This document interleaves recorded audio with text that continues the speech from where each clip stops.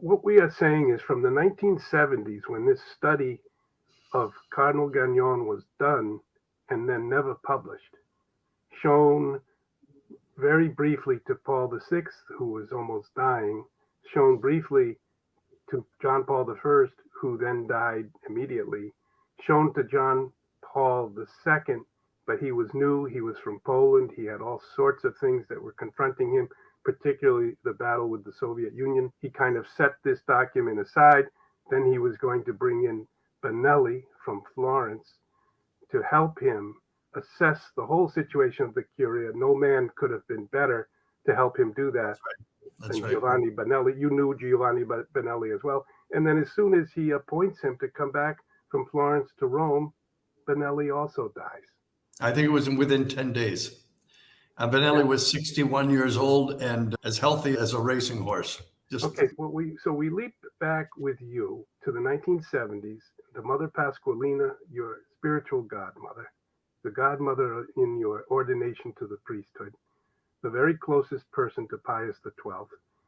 Then you are living together in the same residence with Cardinal Gagnon, trusted by Paul VI, who in the last years of his pontificate sought to try to understand to what extent things had been unwound and intentionally guided in a too radical direction.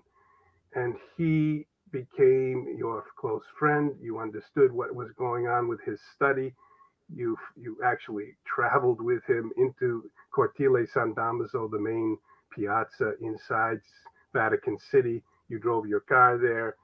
Cardinal Gagnon is sitting next to you. He's holding the documents. He gets out of the car. He goes up and shows them to the Pope. You wait for him to come back down. He comes back down rather disappointed.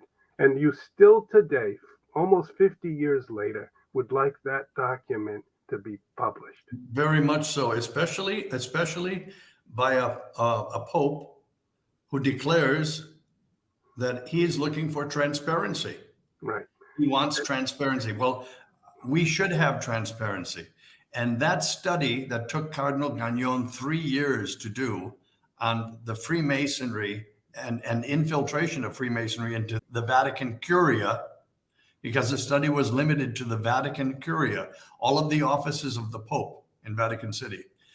That should be made public. That should be made public. Okay, It should be transparent.